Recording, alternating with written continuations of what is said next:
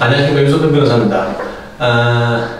사행위는 참으로 종류가 다양하고 사행이 해당하느냐 하지 않느냐 이거 판단도 그렇게 쉬운 것은 아닙니다. 아마 지금부터는 간략간략하게 대표적인 사행위 유형을 일단 예시로 들고 그 다음에 이제 어떻게 그 사행위가 되는지에 대해서 설명을 좀 해드리겠습니다. 대표적으로 이제 이혼 시 재산분할 관련한 사행위가 많습니다. 그러니까 협의이혼이나 그 다음에 이혼 조정 신청할 경우에 서로 간에 이제 뭐 남편이 채무가 많다면 몽땅 다 재산분할로 배우자에게 뭐 아파트라고 치면 다 이전해 버립니다. 자, 그랬을 경우에 사행위가 되느냐 안 되느냐. 자, 협의 이혼에서는 재산 분할에 관해서는 아무런 효력이 없습니다. 그건 당사자 사이 계약에 불과하기 때문에 사행위가 될 수 있습니다. 이혼 조정 역시도 뭐 재판을 한 게 아니라 당사자 사이에서 의견 조율을 해가지고 그 중간에 이제 판사님이나 조정위원들이 개입해서 하긴 했지만 결국 그것도 어떻게 보면 넓은 의미에서 당사자 사이 약정에 불과한 것이 되는데, 자, 100%를 넘겨줬을 때 이들 부부가 정식으로 이혼을 했다면 재산분할 비율이 남편은 60이고 그 다음에 배우자는 40이라고 칩시다. 뭐 이혼 재산 분할 비율이 5대5로 무조건 다 정지우면 안 됩니다. 뭐 아무리 남녀 평등이라 하더라도 전업주부고 그리고 뭐 재산 형성에 기여하는 걸 따져서 봐야지. 혼인기간 여러 가지 종합적인 요소로 그러면 100을 줬으니까 얼마가 되는 거죠? 100을 전부 다 배우자에게 넘겼으니까 40%. 이거는 상당한 거잖아요. 그럼 60%가 사행이 됩니다. 이 부분은 과도하게 받은 거죠. 그래서 이혼 재산 분할 비율에 따른 그 상당한 부분은 사행해야 되지 않고 상당성을 초과한 부분은 사행해야 돼서 이제 채권자들에게 변제해야 될 재산으로 원상회복됩니다. 그 다음에 상속인데 상속에서 상속재산 분할 협의를 하죠. 상속인이 A, B, C라고 치면 법정 상속분은 3분의 1씩 이잖아요. 그러면 A가 채무가 많아요. 분할해가지고 지분 뺏길 것 같으니까 이거를 이제 6분의 1씩으로 넘겨줍니다. 이랬을 경우에는 채권자는 이 부분을 3분의 1에 대한 부분을 사행위로 주장할 수가 있습니다. 근데 상속재산 분할 협의가 아니라 상속 포기. A가 처음부터 이 지분을 받지 않기로 한 거죠. 그러면 A는 빵이고 B는 2분의 1, C는 2분의 1입니다. 상속 포기는 그 피상속인이 사망한 당시로 소급해서 효력이 있는 거예요. 그러니까 애시당초 상속인이 아니었던 것처럼 효과가 발생합니다. 그렇기 때문에 요거는 사행위가 아닙니다. 그러니까 쉽게 말해서 상속재산 분할 협의는 사행위, 상속 포기는 사행위가 안 된다. 이렇게 생각을 하시면 되고,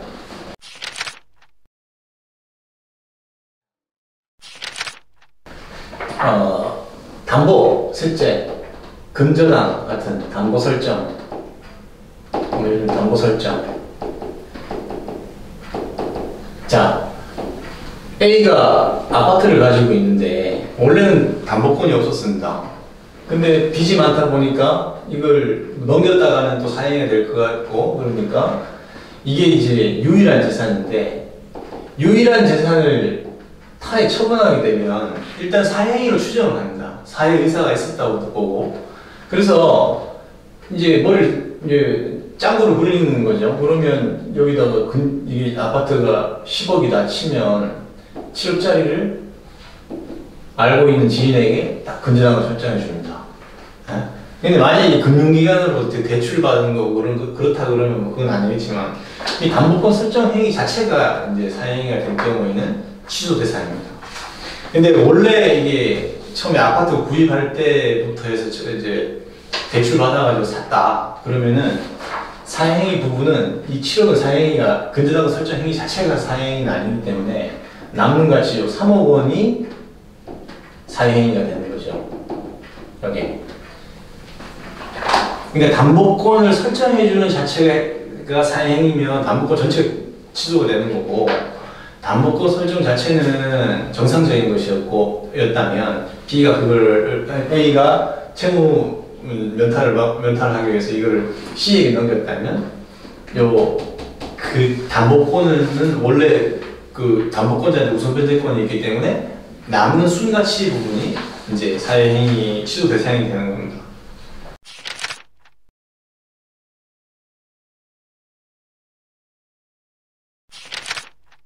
가등기인데, 가등기는 그 순위 보전을 위한 가등기하고 담보 가등기 두 개로 구분할 수 있습니다. 그러니까 나중에 이제 가등기에서 본등기를 할 경우에 그 가등기를 해놓은 시점으로 본등기 순위가 인정되거든요. 그래서 가등기 이후에 건재당권이라든지 뭐 이런 것들이 있었다면 본등기를 나중에 했다 하더라도 이 가등기 한 시점으로 소급해서 이게 이제 우선순위가 있는 것으로 되는 것이죠. 자, 그런데 본래 채무자 소유 부동산에 선순위 가등기 담보가 있었고, 그걸 변제하고 나서 이제 그 선순위 가등기를 말소한 다음 이제 같은 금액으로 가등기했다. 그러면 채무 액수에는 변동이 없지 않습니까? 그런 경우는 사행위가 아닙니다. 근데 문제는 그 채무자 보유 부동산에 선순위 가등기 담보 이런 것들이 설정되어 있었는데 채무를 변제하고 말소시킨 다음 그 다음에 매매 예약을 통해서 그 본등기를 청구하는 소유권 보전을 위한 소유권 이전 등기 청구권 보전을 위한 가등기인 거를 설정했다면 그럼 어떻게 되겠습니까? 자, 어려울 수가 있는데, 자, 처음에 이제 여기 부동산이 10억인데 가등기 담보가 7억이었습니다. 자, 이걸 변제하고 말소한 다음 다시 가등기를 했다면 뭐 채무 액수가 변동이 없으니까 이건 사행이 안 된다고 했죠. 그런데 이거를 가등기가 7억이 있었는데 요거를 이게 7억이 있었는데 요거를 변제를 하고 매매 예약을 하죠. 매매 예약. 그 다음에 나서 본등기를 한다면 어떻게 되겠습니까? 소유권을 A는 A고 이거 B라고 치면은 B가 10억 통째로 다 가져가는 거거든요. 그죠? 그러면은 요 차액 부분 3억은 사행위가 되는 겁니다. 아까하고 똑같은 겁니다. 근저당권하고.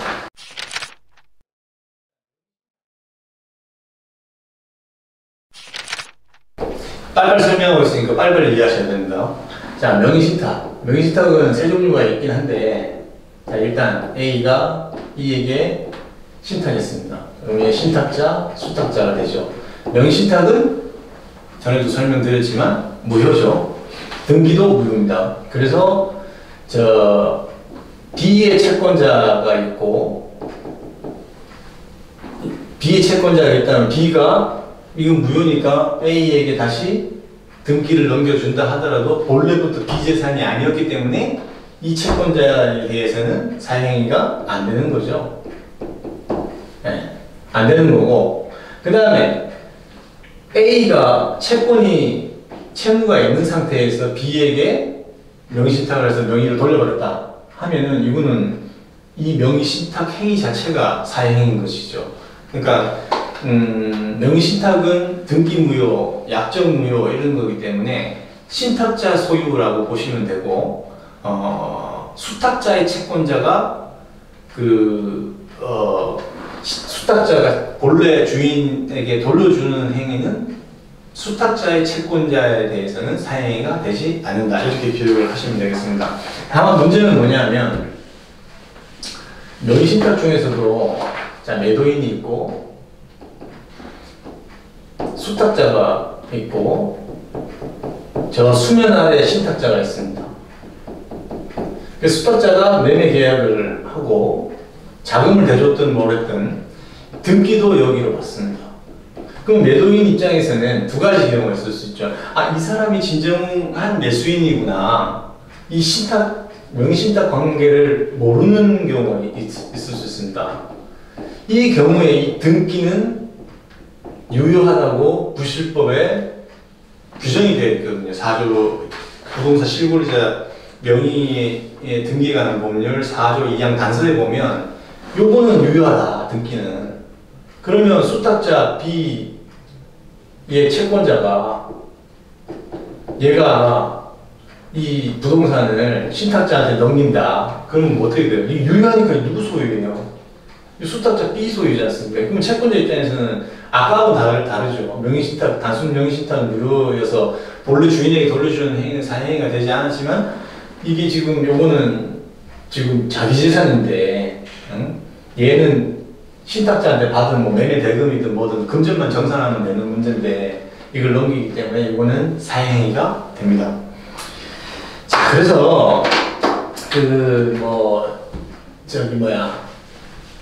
명의신탁은 사실상 명의신탁이란다. 사행위는 사실상 거의 뭐 대부분의 법률 행위로 벌어질 수 있다고 생각하시면 됩니다. 이 외에도 뭐 변제하는 거 있죠. 변제 또는 물건으로 변제하는 거. 다른 채권자가 뭐 A, B, C, D 이렇게 있는데 어느 특정한 채권자한테 변제하거나 그 다음에 대물로 뭐 아파트를 준다거나 이렇게 해서 변제하는 경우가 있습니다. 그러면은 사실 변제 행위 자체는 정당한 거죠. 의무가 있는 거죠. 근데 다른 채권자들 입장에서는 다른 채권자 한 번도 못 받지 않습니까? 그런 경우에는 그 변제 받은 채권자하고 채무자하고 물건의 소유자, 재산의 소유자하고 통모 관계가 있었느냐 이런 걸 따져서 사행위가 될 수도 있고 아닐 수도 있습니다.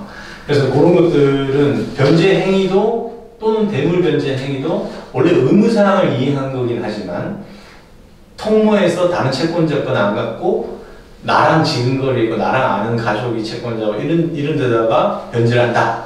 그렇게 되면 사행위가 될 가능성이 굉장히 높습니다. 그리고 뭐 이거가 있는 게 아닙니다. 뭐 재산적 가치가 있는 것을 채무가 많은 상태에서 넘기면 뭐 사행위가 대부분 되는 건데 뭐 열거하자면은 재산을 아주 저가에 판다든지 그러면 잉여가치 부분은 활용할 수가 있는 거죠. 제3자하고 채무자하고 짜고 저가에 매도한다 그러면. 그리고 매출 채권 양도, 그러니까 내가 사업을 하는데 어느 업체로부터 지금 돈 받을 게 있는데 그 채권을 양도해야 돼. 채권 양도 행위도 사행위가 될 수 있습니다. 그리고 그 사업 양도 있죠. 사업 양도. 내가 지금 치킨집을 하고 있는데 어느 정도 돼요. 근데 채무가 많다 보니까 계속 앞으로 그러고 뒤로 미치니까 이걸 가지고 다른 사람에게 사업권을 넘겨버립니다. 그것도 사행위가 됩니다. 이 밖에도 특허, 상표권, 실용신안, 의장권, 돈 되는 거를 다른 제3자에게 넘겨서 채권자가 나중에 이제 그 판결 같은 것들을 받아가지고 강제 집행을 해야 할 때 채무자의 명의로 남아있지 않은 재산에 대해서는 강제 집행을 할 수 없거든요. 그러기 때문에 그걸 노리고 사행위를 저지르는 겁니다. 그러니까 이제 그런 부분들은 다시 취소시켜서 원채무자의 명의로 환원을 모사회복을 시킨 다음에 채권자가 판결이나 그 다음에 여러 가지 지급명령 이런 집행 권한에 기해서 강제 집행을 할 수 있도록 하는 것이 사행위 취소 소송의 본질이거든요. 그래서 여러 가지 이런 것들이 있으니까 그리고 뭐 많습니다.